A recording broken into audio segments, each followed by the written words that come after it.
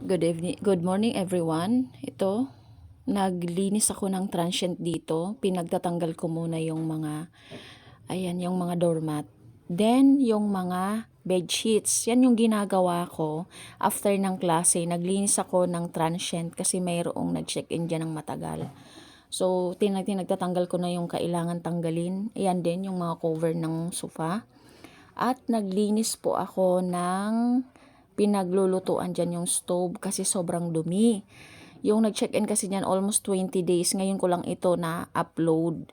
So, pati yung ref na iniwanan nila sobrang dumi. At ang daming labahin. 20 days kasi sila. So, yan na. Nasa process na tayo ng paglalaba.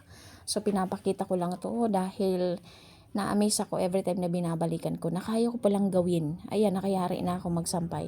Kaya ko palang gawin yung magkaroon ng extra income samantalang nag-aaral. So, ang key lang dyan is sipag-sipag lang at tiyaga sa buhay. Thank you for watching. Follow for more videos.